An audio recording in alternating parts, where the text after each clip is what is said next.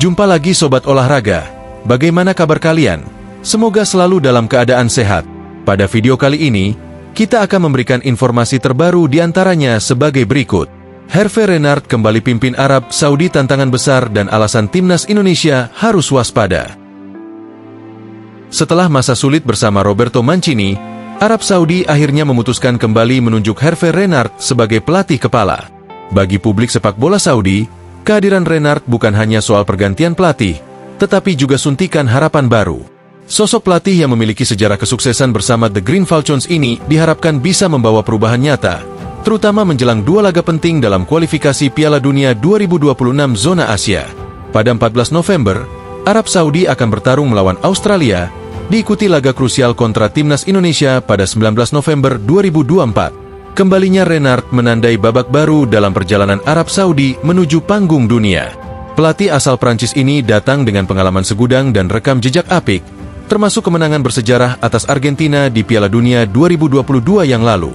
Kali ini, Renard dihadapkan pada tantangan besar, memperbaiki mentalitas dan performa tim yang sempat anjlok di bawah Mancini, serta membangun kembali kepercayaan diri para pemain.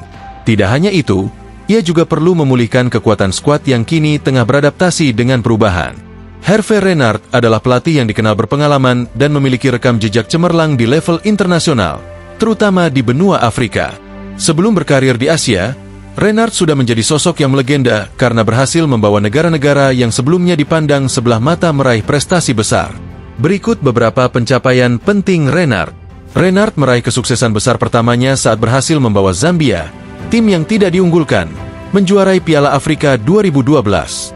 Prestasi ini mengejutkan dunia karena Zambia berhasil mengalahkan tim-tim kuat, termasuk Pantai Gading di final. Kualifikasi Piala Dunia 2022 bersama Arab Saudi. Pada masa jabatan pertamanya bersama Arab Saudi, Renard sukses mengantarkan The Green Falcons lolos ke Piala Dunia 2022.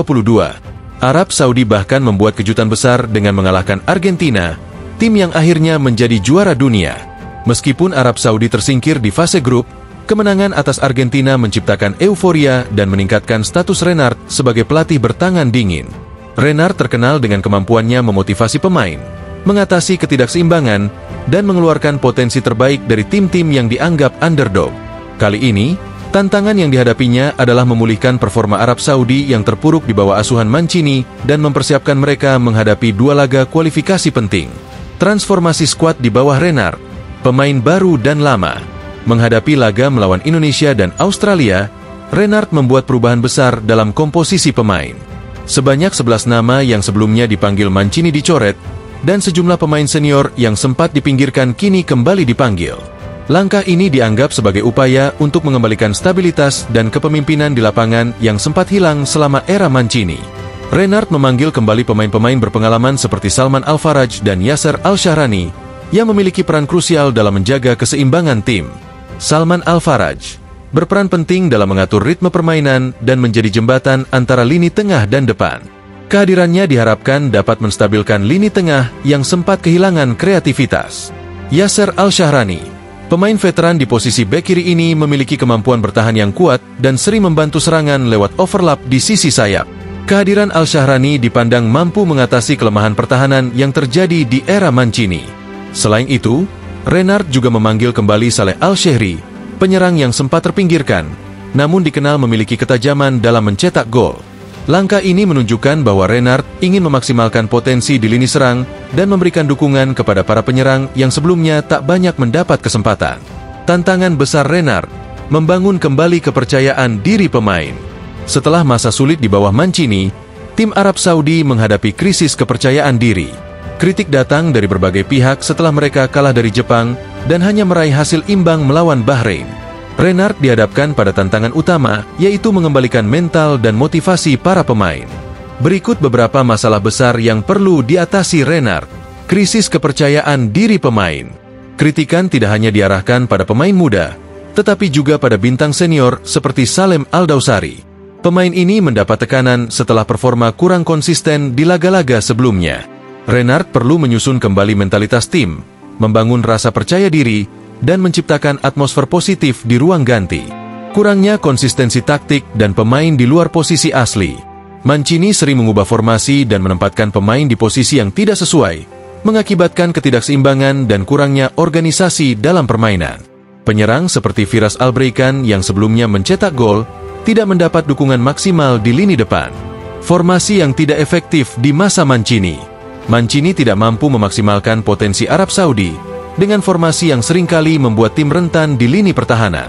Hal ini menjadi tugas Renard untuk menyesuaikan formasi yang lebih efektif dan sesuai dengan karakter para pemain.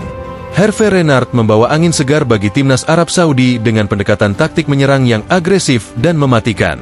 Dikenal sebagai pelatih yang tak takut bermain terbuka, gaya ini tidak hanya membuat lawan kesulitan membaca permainan, tetapi juga memberikan kesempatan bagi Arab Saudi untuk mencetak gol cepat yang mampu mengubah jalannya pertandingan dalam sekejap. Dalam formasi Renard, pemain sayap memegang peranan vital. Salem Al-Dawsari, yang dikenal dengan kecepatannya dan kreativitasnya di sisi lapangan, akan menjadi ancaman konstan bagi pertahanan lawan.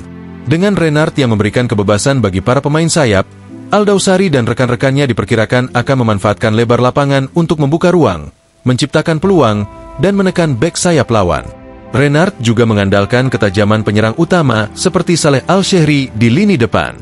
Sebagai ujung tombak, Al-Shehri tidak hanya mendapat dukungan dari pemain sayap, tetapi juga dari gelandang serang yang akan menyuplai bola secara konsisten. Pendekatan ini memungkinkan Al-Shehri untuk fokus pada penyelesaian akhir, sementara pemain-pemain sayap dan gelandang memberikan dukungan di sekelilingnya. Salah satu kekuatan Renard adalah kemampuannya untuk memahami posisi terbaik bagi masing-masing pemain. Ia menyesuaikan taktiknya agar sesuai dengan keahlian individu, memastikan bahwa pemain ditempatkan di posisi yang paling efektif. Dengan sistem yang terorganisir dan dukungan kolektif, Arab Saudi akan tampil lebih percaya diri dengan serangan yang terstruktur namun dinamis, serta pertahanan yang solid.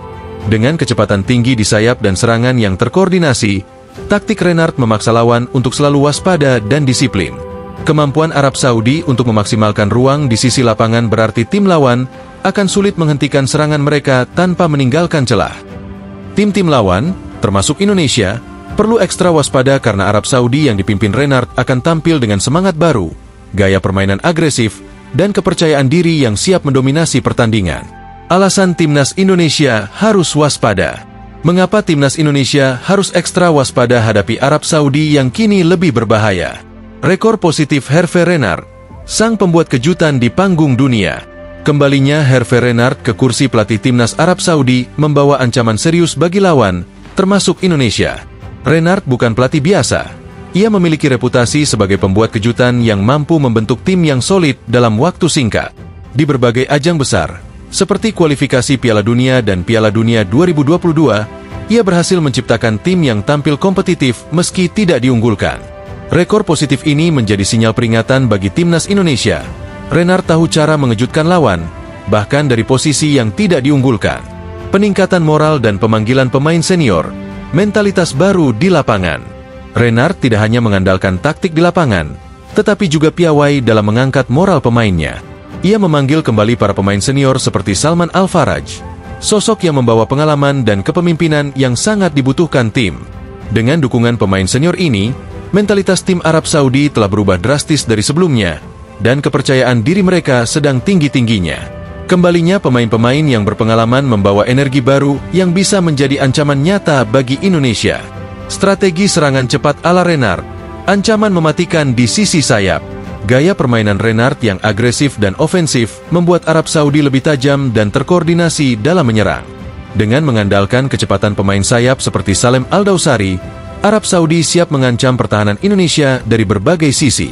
Pemain Indonesia harus siap menghadapi tekanan ini, karena serangan Arab Saudi tak hanya cepat tetapi juga terencana dengan baik, membuat peluang bagi mereka untuk mencetak gol lebih besar. Dalam formasi ini, Arab Saudi mampu mempertahankan stabilitas pertahanan sambil terus menekan lawan di lini depan. Pemain seperti Al-Shehri dan Al-Dawsari akan memanfaatkan taktik ini untuk menekan pertahanan lawan dengan intensitas tinggi. Sebuah tantangan yang harus dihadapi Indonesia dengan pertahanan yang kokoh dan konsentrasi penuh sepanjang laga. Kembalinya Hervé Renard membawa angin perubahan yang signifikan bagi Arab Saudi, yang kini tampil lebih percaya diri dan terorganisir. Dengan moral yang terangkat, serangan cepat, dan formasi yang efektif, Arab Saudi siap menjadi ancaman besar dalam laga melawan Indonesia. Timnas Indonesia harus waspada, mempersiapkan strategi yang matang, dan bersiap menghadapi tim Arab Saudi yang kini lebih berbahaya dan ambisius di bawah arahan Hervé Renard. Nah, demikianlah video kita kali ini. Semoga bermanfaat buat kalian semua. Akhir kata saya izin pamit. Terima kasih.